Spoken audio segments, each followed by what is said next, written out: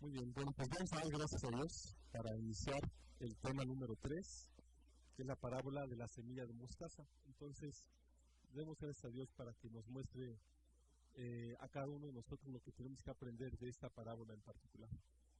Padre, te damos gracias, Señor, porque sabemos que tu presencia siempre ha sido real en nuestra vida. Gracias porque las enseñanzas a nosotros nos muestran cada día las cosas que nosotros podemos aprender de ti y que se aplican de una manera muy particular a cada uno de nosotros, Señor. Te doy gracias porque estamos aquí como instrumentos tuyos, Señor, y solamente tú eres el que posee el conocimiento y la sabiduría para que nosotros podamos de alguna forma transmitirla, Padre. Te doy gracias porque eres sabio en todos los conceptos que tú nos has dado y que por medio de esta enseñanza nuestra vida, Padre, puede tomar una forma diferente de vivir. En el nombre de Cristo Jesús te pido, Señor, para que tú abras nuestro entendimiento y bendigas a todos los que estamos presentes. Amén, Padre.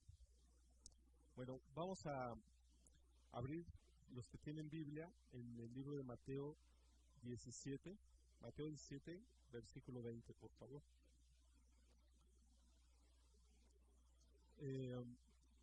Los que estuvieron la semana pasada seguramente aprendieron el propósito de las parábolas, ¿verdad? Y bueno, rápidamente es nada más para completar lo que dijo Josado, es Jesús les hablaba por parábolas porque mostraba únicamente las cosas que quería que aprendieran sus discípulos del reino, a los que querían realmente aceptar esa parte de la palabra. Y para aquellos que no recibían y aceptaban, les era completamente indiferente lo que Jesús les decía, pero no les entendía nada. Entonces, incluso los mismos discípulos se acercaban con Jesús para decirle, ¿qué nos quisiste decir con esto, no? Y cada vez que Jesús les hablaba por medio de una parábola, transmitía una enseñanza maravillosa que ellos no se imaginaban. Y en este momento vamos a ver a qué se refiere la parábola de la semilla de mostaza. ¿Alguien nos puede ayudar a leerla? 17:20. Sí, Mateo 17:20. Por favor. Ustedes no tienen.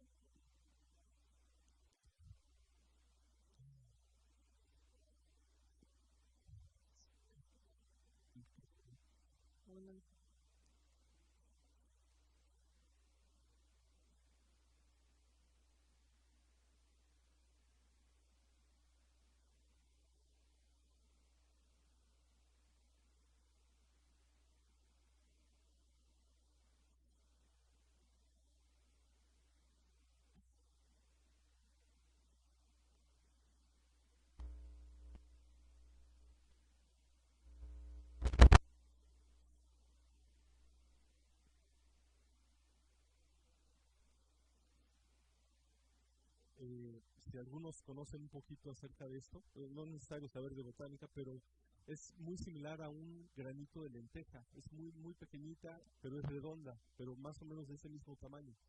Cuando la semilla de mostaza crece, o sea, ya cuando se vuelve un árbol frondoso, es uno de los árboles más bellos que hay, en el sentido de que da mucha sombra, mucho follaje, y es muy inmenso, es muy grande. Entonces, por ahí va el sentido de esta parábola. Fíjense, en Lucas 17:4 también muestra una parábola muy similar y menciona nuevamente la semilla de mostaza. Lo voy a mencionar porque es importante resaltar la enseñanza que quiso decir con lo del árbol, del follaje y la otra parte. Y dice así: aun si la persona te agravia 7 veces al día y cada vez regresa y te pide perdón, debes perdonarla. Los apóstoles le dijeron: Señor, muéstranos cómo aumentar nuestra fe. Para ellos era un golpe muy fuerte decir, ¿cómo puedo yo perdonar a alguien muchas veces después de que me hace un mal? Y le digo, está bien, no te preocupes, vete a tu casa, no pasa nada, y después me vuelve a hacer lo mismo. Y después viene y me pide perdón, y nuevamente lo perdono, y vuelve nuevamente lo mismo. Entonces, ellos decían, esto es imposible para nosotros, aumentanos la fe para que nosotros podamos, de alguna manera, obedecer lo que tú nos estás pidiendo aquí. Entonces Jesús les respondió, si tuvieran fe aunque fuera tan pequeña como una semilla de mostaza, podrían decirle a este árbol, desarráigate y échate al mar, y les obedecerá. Entonces, aquí muestra nuevamente el ejemplo de una semilla que parece tan simple, parece tan sencilla, que si nosotros pudiéramos abarcar un poquito esa confianza y esa fe a Dios tan sencilla y tan pequeña, Dios la puede convertir en algo muy grande, como un árbol frondoso, ¿no?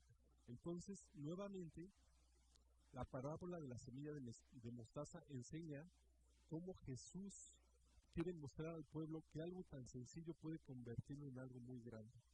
Pero para esto debe de haber ese pequeño, esa pequeña disposición de parte de la gente para que Él pueda, obviamente, accionar. Si no existe esa semilla de mostaza, nunca va a haber un árbol. Entonces nosotros no nos pide Dios que tengamos realmente una fe tan grande y que podamos decir que sabemos todo y que conocemos todo. No nos pide eso.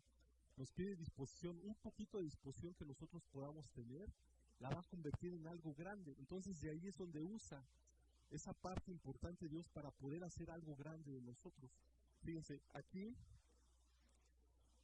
Jesús les muestra nuevamente otra parte de la parábola de la semilla de mostaza, cuando le dice en el versículo número 30, Jesús dijo, ¿cómo puedo describir el reino de Dios?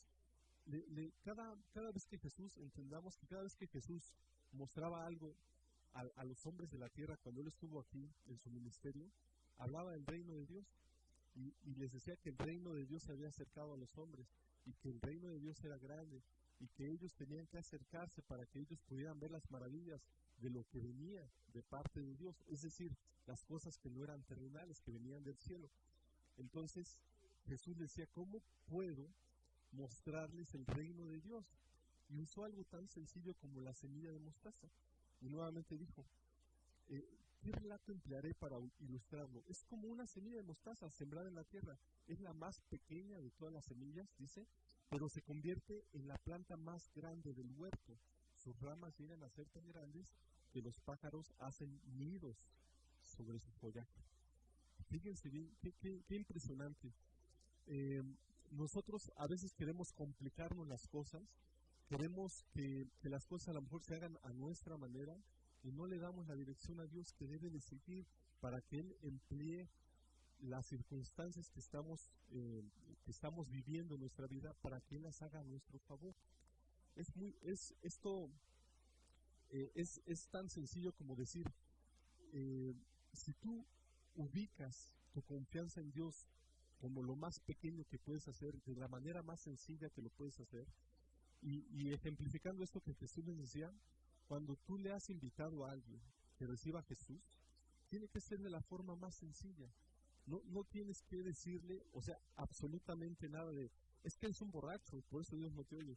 Es que eres un mujeriego, por eso Dios no está contigo. Te pasa lo que te pasa porque siempre te dice, no es así. La gente se lastima, la gente se desanima, la gente dice, no es por aquí por donde yo quiero escuchar, o sea, realmente quiero algo que sane mi corazón, algo que me haga decir que puedo hacer las cosas, que hay oportunidad para mí todavía. Entonces, algo tan sencillo como decir, ¿quieres a Jesús en tu vida? ¿Quieres que Jesús venga a habitar en tu corazón? Pues sí, eso es lo que estoy buscando. Pues acéptale. ¿Y cómo? Invítalo a venir y ya. Así de sencillo. No tienes que dejar de eso, no tienes que dejar eso. Lo que les explico, se los voy a explicar con un ejemplo muy, muy rápido. Mi esposa y yo tuvimos la oportunidad de evangelizar a una pareja. Esta pareja estaba pasando por situaciones muy, muy complicadas como matrimonio y con sus hijos, como familia. Era algo muy, muy fuerte lo que ellos habían vivido. Ellos no conocían nada del Evangelio. Cuando ellos aceptaron a Jesús, conocían, fíjense lo que son las cosas. La gente piensa que un cristiano es una persona aburrida, es una persona que dicen, es que donde tú vas te prohíben esto, donde tú vas no puedes usar esto. Entonces la gente dice, qué aburrido, yo no quiero ir ahí. Entonces él me decía, yo tengo amigos, yo tomo, yo fumo, tengo que dejar eso. Y con toda la fe del mundo, mi esposa se me quedó viendo y le digo, no tienes que dejar nada de eso. De verdad no me lo impiden, no, nadie te va a impedir nada. Si tú aceptas a Jesús en tu vida, Él va a transformar tu vida. No tienes que dejar de hacer nada. Y la mamá decía, ¿y mi hija tiene que decirle a sus compañeritas que es cristiana, porque es que les hacen burla a los evangélicos. No tiene absolutamente que hacer nada. El corazón lo muestra a Dios y lo muestra hacia la gente. O sea, bueno, fue a una fiesta el hombre y la siguiente semana que lo vi me dice, oye, Fidel, algo muy sorprendente pasó. Digo, ¿qué pasó? Cada vez que iba a una reunión con mis hermanos, son de tomar cerveza, y cada vez es una tras otra, nos aventamos 10 al hilo. ¿Y qué pasó? Bueno, pues me tomé la primera, no llegué a la mitad y ya no quise, no pude, mi cuerpo no la aceptó. Y digo, pero ¿alguien te dijo que no tomaras? No, nadie. ¿Qué experimentaste? Pues algo diferente. Eso es precisamente lo que hace la semilla de mostaza. ¿Me explico? Tienes esa fe pequeña, esa fe tan sencilla que te dice, acepto a Jesús en mi vida, punto. Lo demás lo va a hacer Él. La obra la tiene el Padre en la palabra que tú expresas y en la fe que tú le estás expresando. Tan pequeña como esa semilla, la vuelve tan grande como esta. Entonces, esto es lo que Jesús les hablaba precisamente. O sea, una semilla de mostaza es el comienzo de algo muy grande.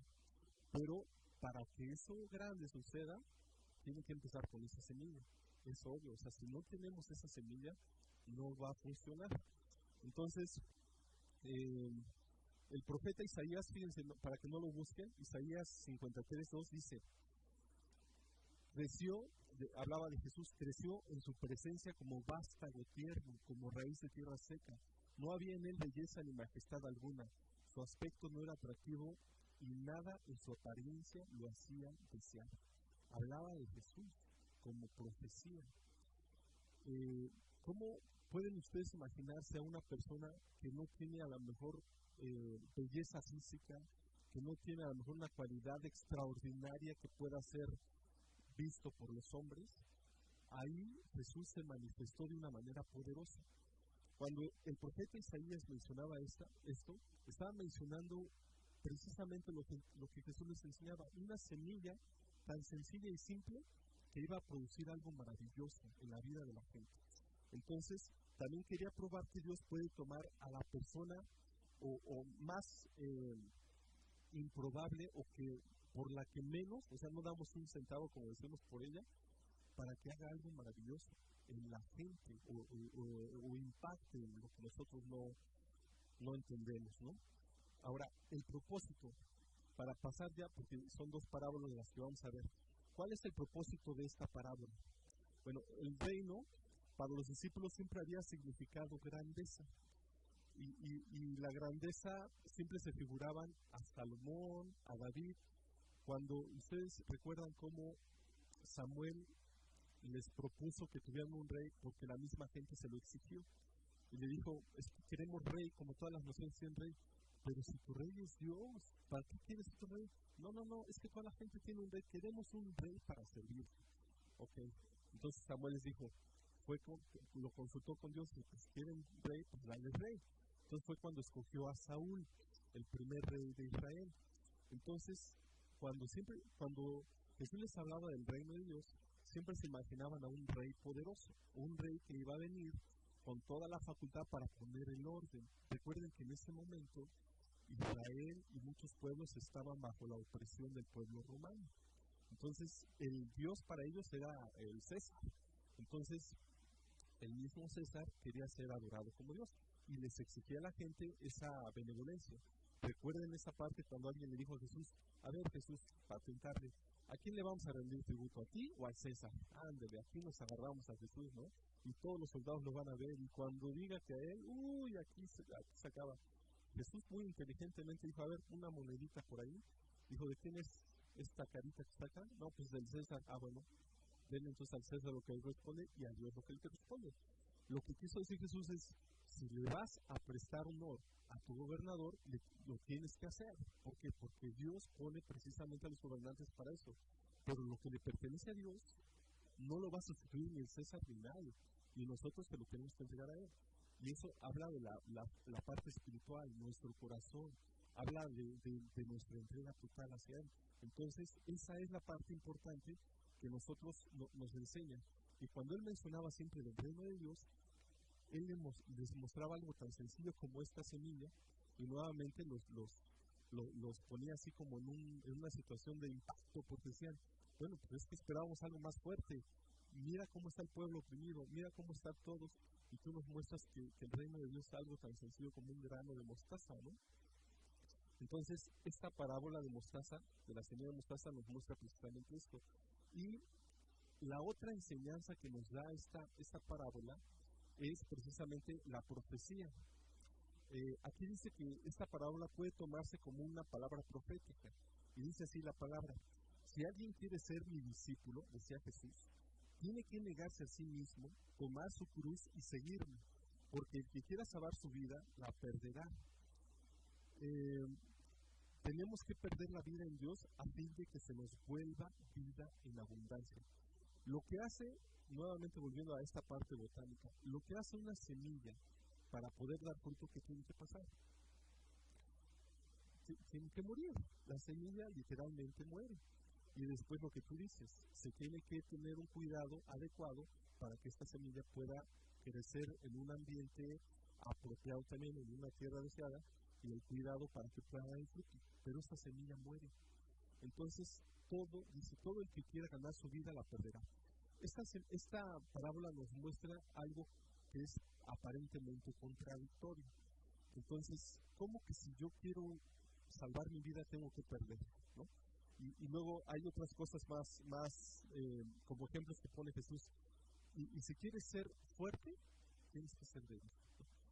¿Tú quieres ser el número uno en el grupo? Tienes que servir a los demás. ¿Sí me explico? Son cosas que parecen paradójicas, pero que al final de cuentas dice, así es como funciona el reino de Dios. ¿Tú quieres ser el más grande en el reino de Dios? Lava los pies a los demás, sirve a los demás, haz algo por los demás. Entonces, así es como se va mostrando. Cada vez que nosotros entendemos ese principio de parte de Dios, nos damos cuenta que así es como funciona el reino. Y que no vamos a hacer más, no vamos a hacer menos. Dios siempre tiene un lugar especial para nosotros, pero ese lugar, cada uno de nosotros lo va a ganar. ¿Con qué? Con el servicio. No es por lo que yo haga, no es por a lo que yo llegue a ser, es por lo que yo pueda dar y ofrecer a los demás. Así es tan sencillo como se maneja esta parábola de la semilla de mostaza. No sé si alguien tiene algún comentario o quiere agregar algo a esto. De verdad es impresionante cuando nosotros vemos cómo en una enseñanza tan pequeñita y tan sencilla podemos obtener una enseñanza muy grande, ¿no?, de parte de Dios. Esta es la parábola de la semilla de mostaza. Vamos a revisar otra más porque esta también tiene una enseñanza muy, muy puntual. ¿Sí?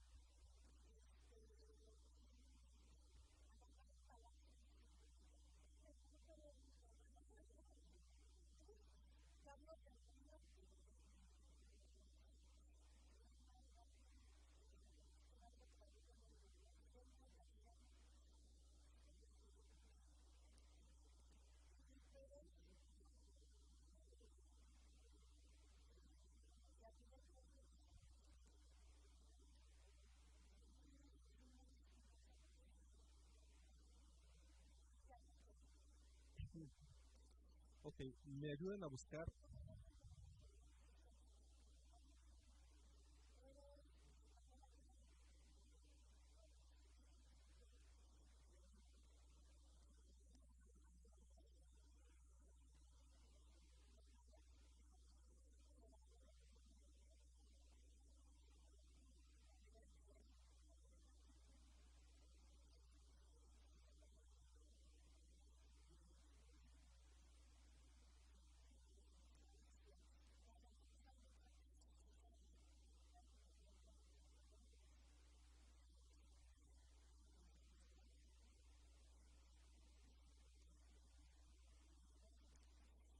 Muy bien. Ahora vamos a buscar, por favor, Lucas 13:20 al 21. Si alguien me puede ayudar a leerlo, por favor. Sí, Lucas 13, versículo 20 y 21. El micrófono lo tiene. ¿Alguien que lo tenga? ¿Emma lo tiene? Por favor.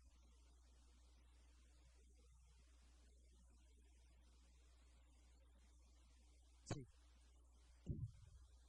Y volvió a decir, ¿a qué compararé el reino de Dios? es semejante a la levadura que una mujer tomó y escondió en 3 medidas de harina hasta que todo hubo fermentado. Ok. Esta es la parábola de la levadura. Aquí nosotros podemos entender algo muy similar a lo de la semilla de mostaza, pero es diferente en la aplicación. La semilla de mostaza es más externo, se refiere más hacia la iglesia y hacia el mundo, o sea, a lo que se impacta. La semilla, decimos, que crece y después se vuelve un algo frondoso a la vista de todos. Y dice la palabra, lo mencionábamos en la Biblia, que llegan los nidos, o sea, las aves hacen sus nidos y viven ahí, en esas ramas. Eso se refiere al crecimiento de la iglesia externa. La levadura es algo más particular. Eso se refiere al alma de la persona.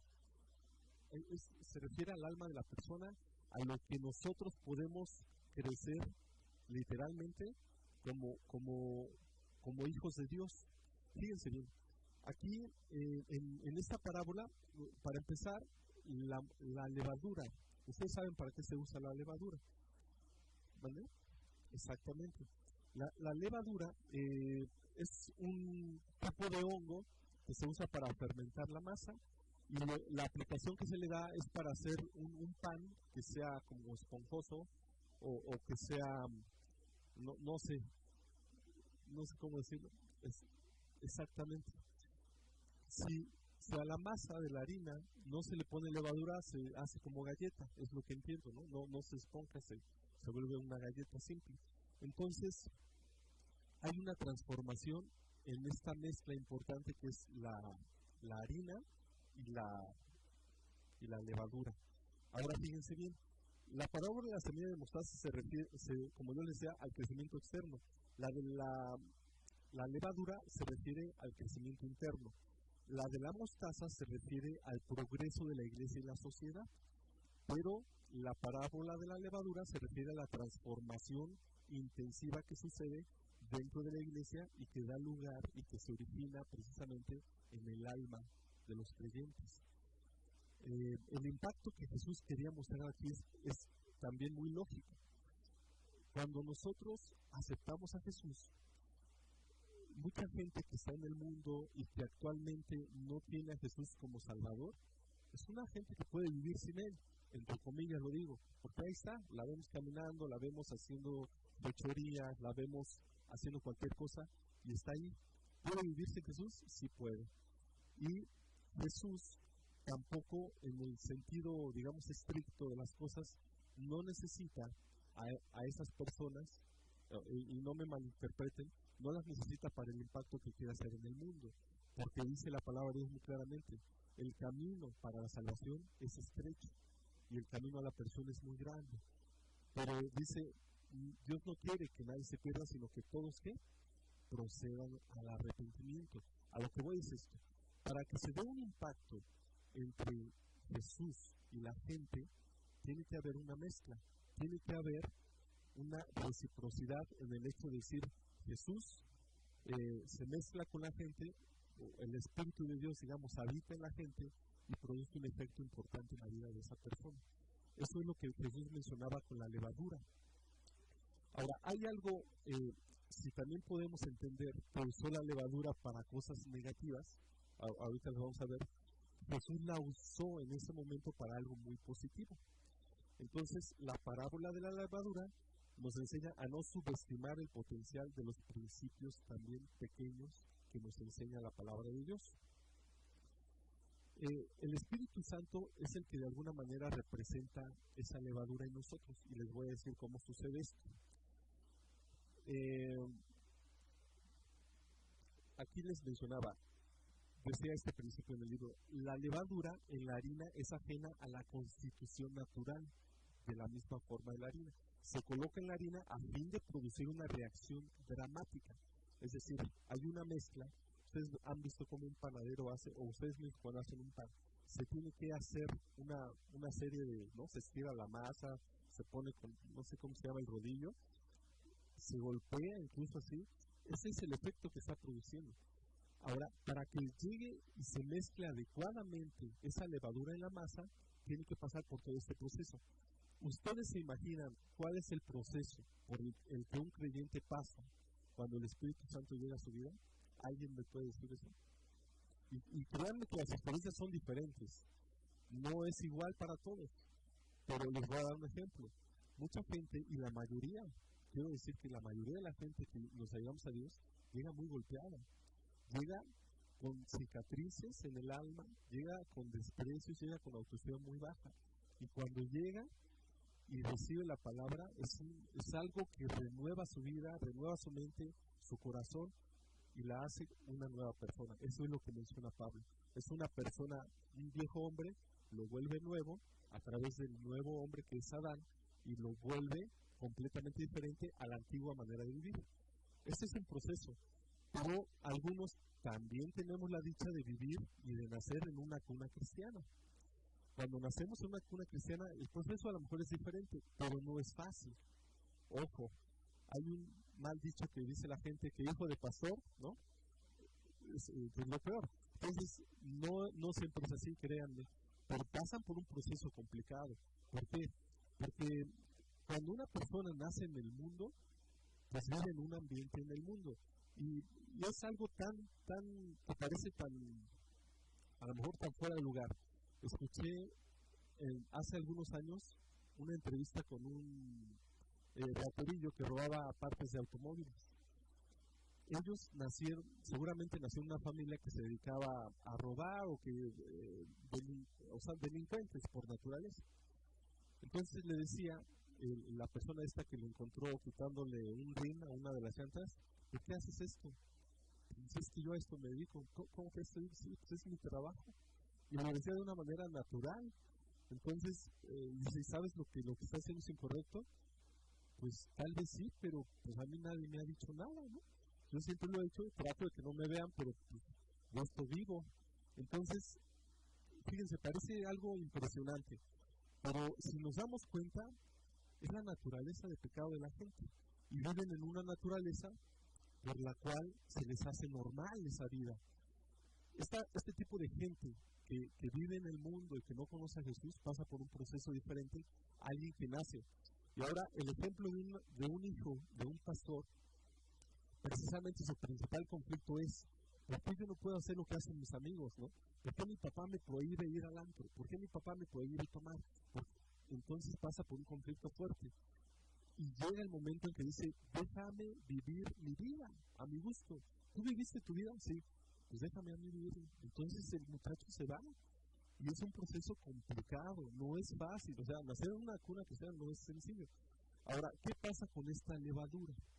Cuando la levadura empieza a tomar un efecto sobre la harina, que es nuestra vida, tiene que pasar por un proceso. Entonces se empieza a agitar, se empieza a revolver, se empieza de llama a golpear. Entonces llega esta vida a Jesús cansada, llega en una situación complicada, incluso llega enferma y llega con algo que dice, pues necesito algo pronto. La gente que no alcanza a recibir esta palabra muchas veces puede caer hasta en el suicidio. Es algo muy fuerte lo que les pasa. Y cuando empieza a mezclarse el Espíritu Santo en la vida de las personas, ahí empieza a haber algo, una reacción positiva. Y al final de cuentas, esto es el propósito de la levadura. Ahora fíjense, la levadura no destruye la harina, más bien penetra en la harina y cambia todo lo que hay ahí. El Espíritu Santo empieza a transformar, empieza a vivificar, empieza a darle una apariencia diferente a ese montón de harina que no tenía ningún sentido. Sí.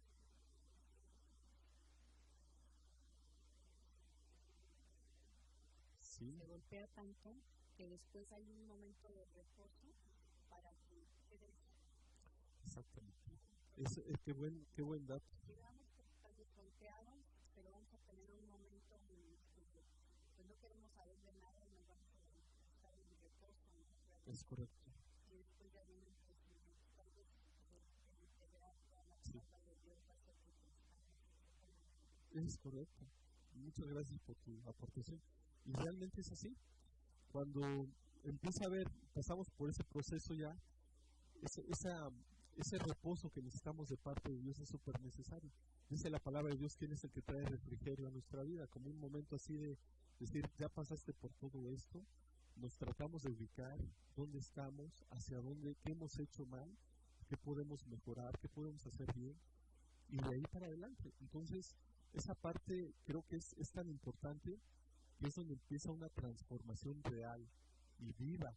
O sea, no es algo que va a ser momentáneo, es algo que ya penetró, o sea, que ya se mezcló, que ya forma parte de nuestra vida. Y eso obviamente va a hacer que produzca un efecto diferente y consistente en lo que ahora vamos a hacer de nuestra vida. Entonces, esto es precisamente el propósito de la levadura. Y luego, así como la levadura no destruye la harina, sino que la cambia, el Espíritu Santo no destruye nuestras facultades, ni nuestras capacidades, ni nuestra personalidad. Ahora, esta es la otra parte. No todos llegamos de la misma forma. Es decir, algunos probablemente lleguen a los pies de Jesús completamente destrozados y heridos. Otros a lo mejor no. Hay mucha gente que yo he conocido que, si bien no son las mejores personas, tratan de serlo y buscan a Dios, ¿no? Y buscan en una iglesia católica o en la que sea, en una budista incluso, y quieren buscar algo que les haga sentir diferentes y que les hagan sentir que existe un Dios o alguien.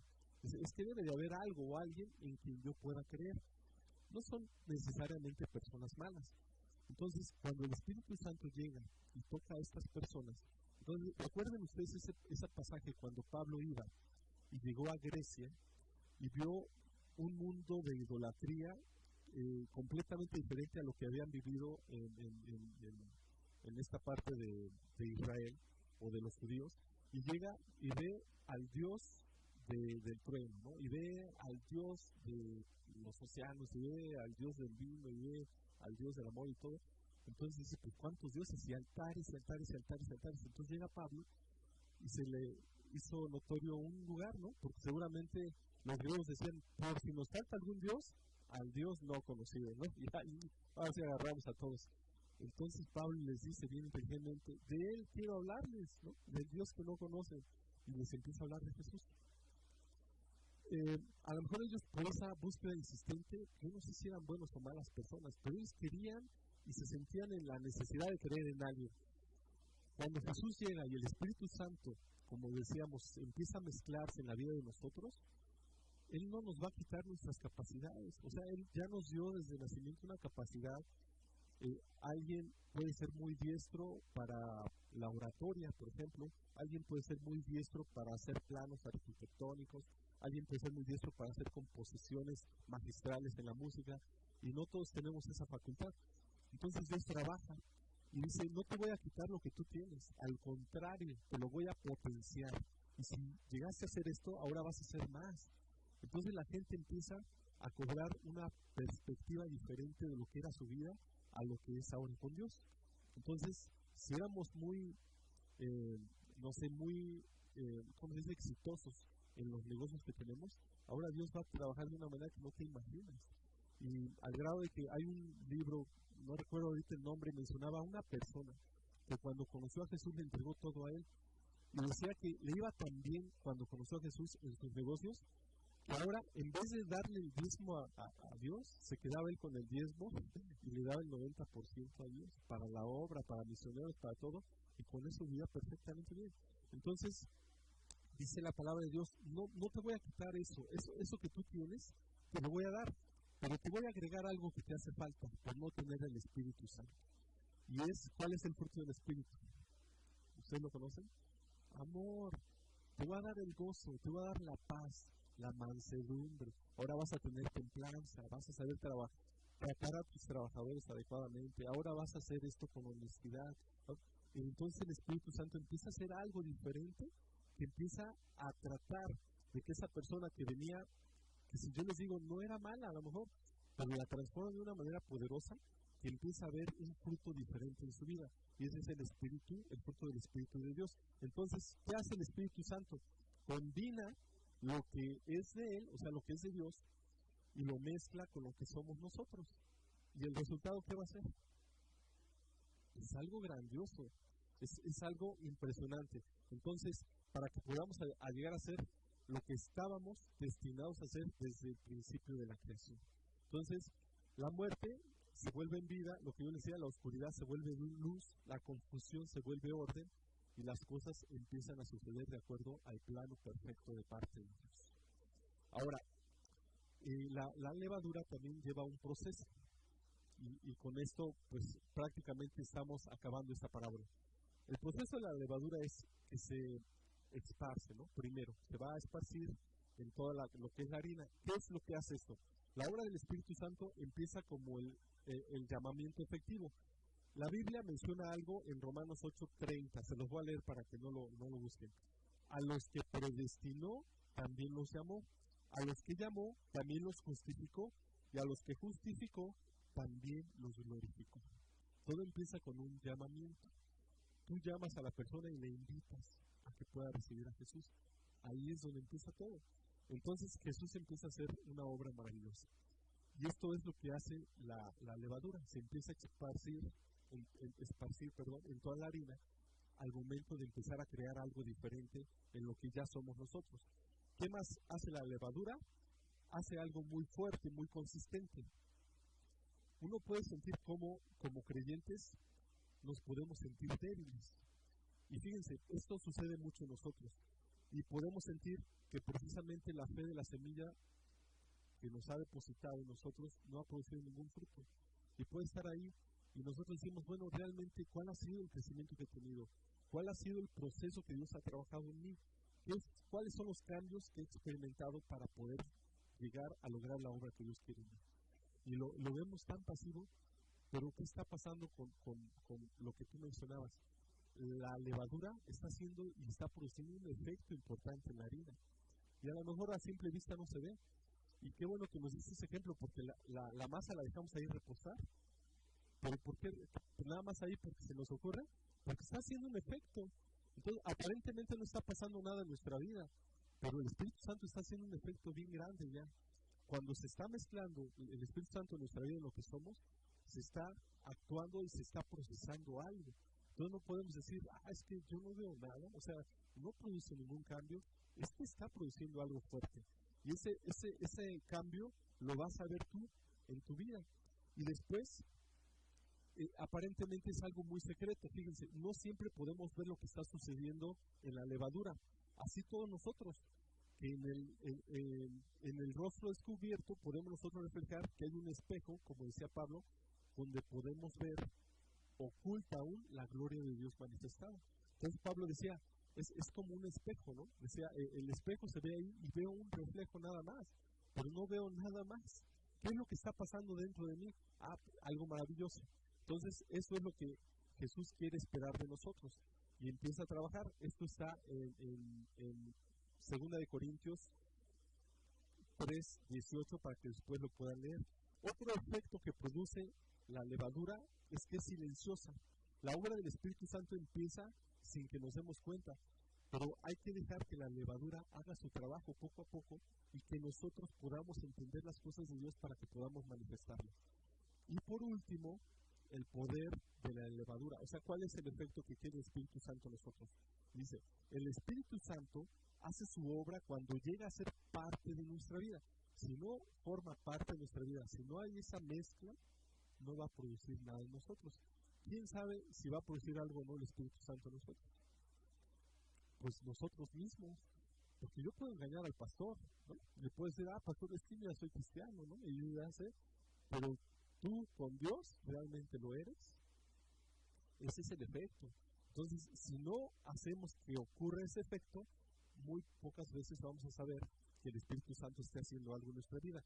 La levadura en la harina es un misterio, o sea, es algo que no sabemos cómo actúa o no tenemos ahorita el conocimiento a lo mejor para saberlo. Precisamente debe tenerlo, pero cómo actúa yo no lo sé. Pero lo que sí tenemos que tener muy claro es que aunque se trate de algo que nosotros desconozcamos, simplemente la grandeza de Dios es el que va a tener un resultado exitoso en esta parte.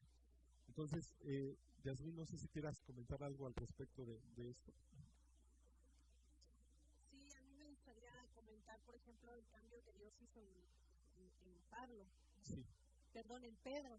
porque dice que era un hombre tan impulsivo, ¿no? Y creo que eso viene muy a colación, porque a veces pensamos que todos los cristianos somos sumisos, todos somos muy amables, muy lindos, pero no es cierto, ¿no? Y un Pedro, que dice la Biblia que cuando fueron a arrestar a Jesús, sacó su espada y le cortó la oreja al soldado. Entonces evidentemente no era un hombre ni sumiso, ni todo lo que nosotros queremos ver como una persona que no se pelea con nadie.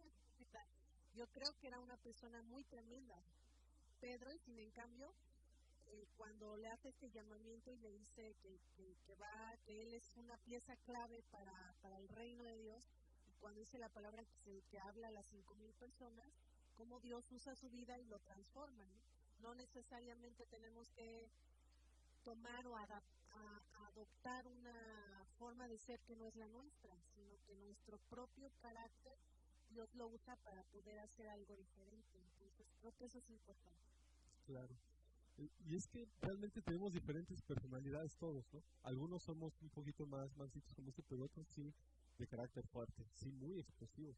Entonces eso no quiere decir que Jesús no esté en su corazón. Simple y sencillamente Dios trata a nosotros de manera diferente. Y cada vez que nosotros, eso sí, el Espíritu Santo es el mismo. Y el fruto del Espíritu es el mismo. Entonces si hablamos de que el Espíritu es amor, es gozo, es paz, pues es lo que tenemos que experimentar a través de él. Y sí, debe de haber un cambio sustancial. Pero entonces Dios puede tomar a cualquiera, a una persona tan sencilla y humilde como una persona tan poderosa y fuerte, ¿no? Entonces Dios tiene siempre algo muy, muy especial y muy particular para cada uno de nosotros. ¿Alguien quiere opinar algo más? Sí.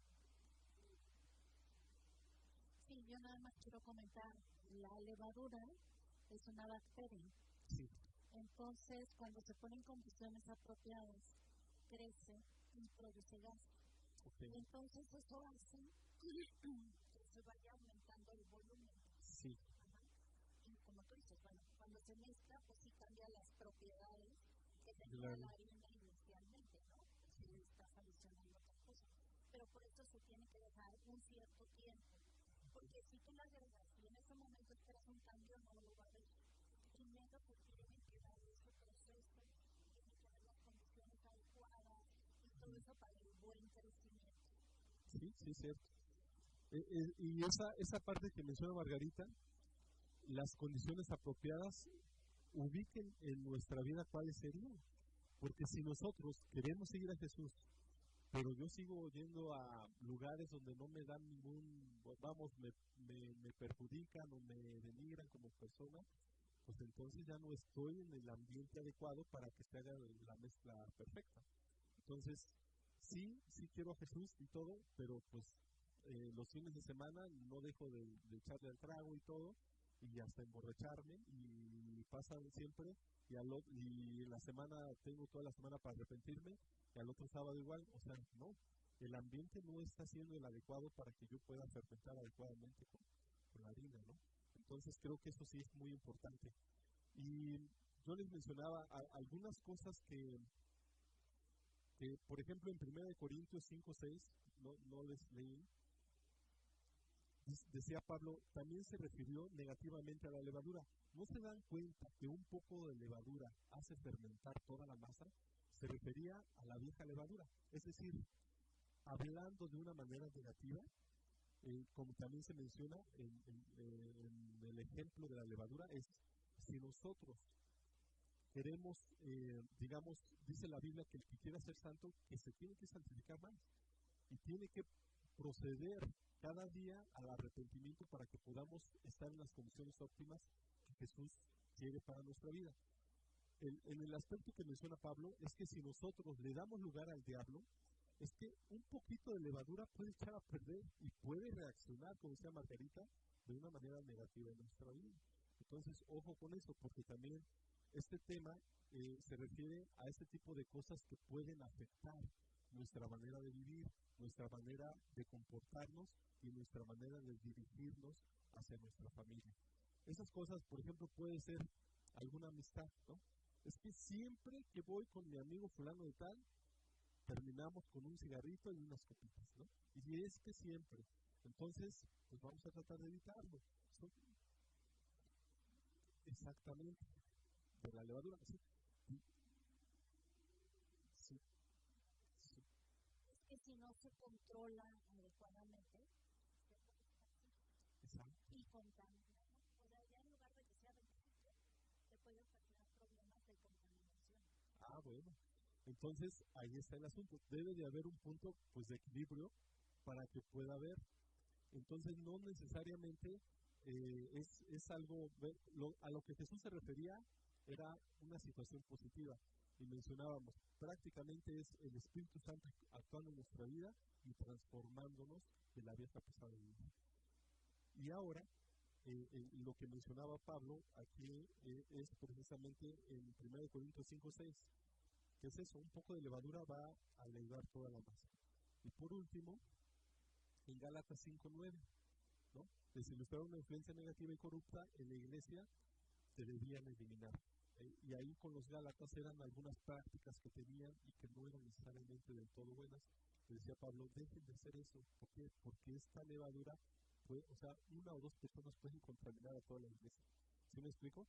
Entonces, esos son los aspectos también negativos que tenemos que considerar. Bueno, pues estas son las dos enseñanzas, la semilla de mostaza y la levadura. Vamos a dar gracias a Dios por esta enseñanza y dejamos ya hasta aquí.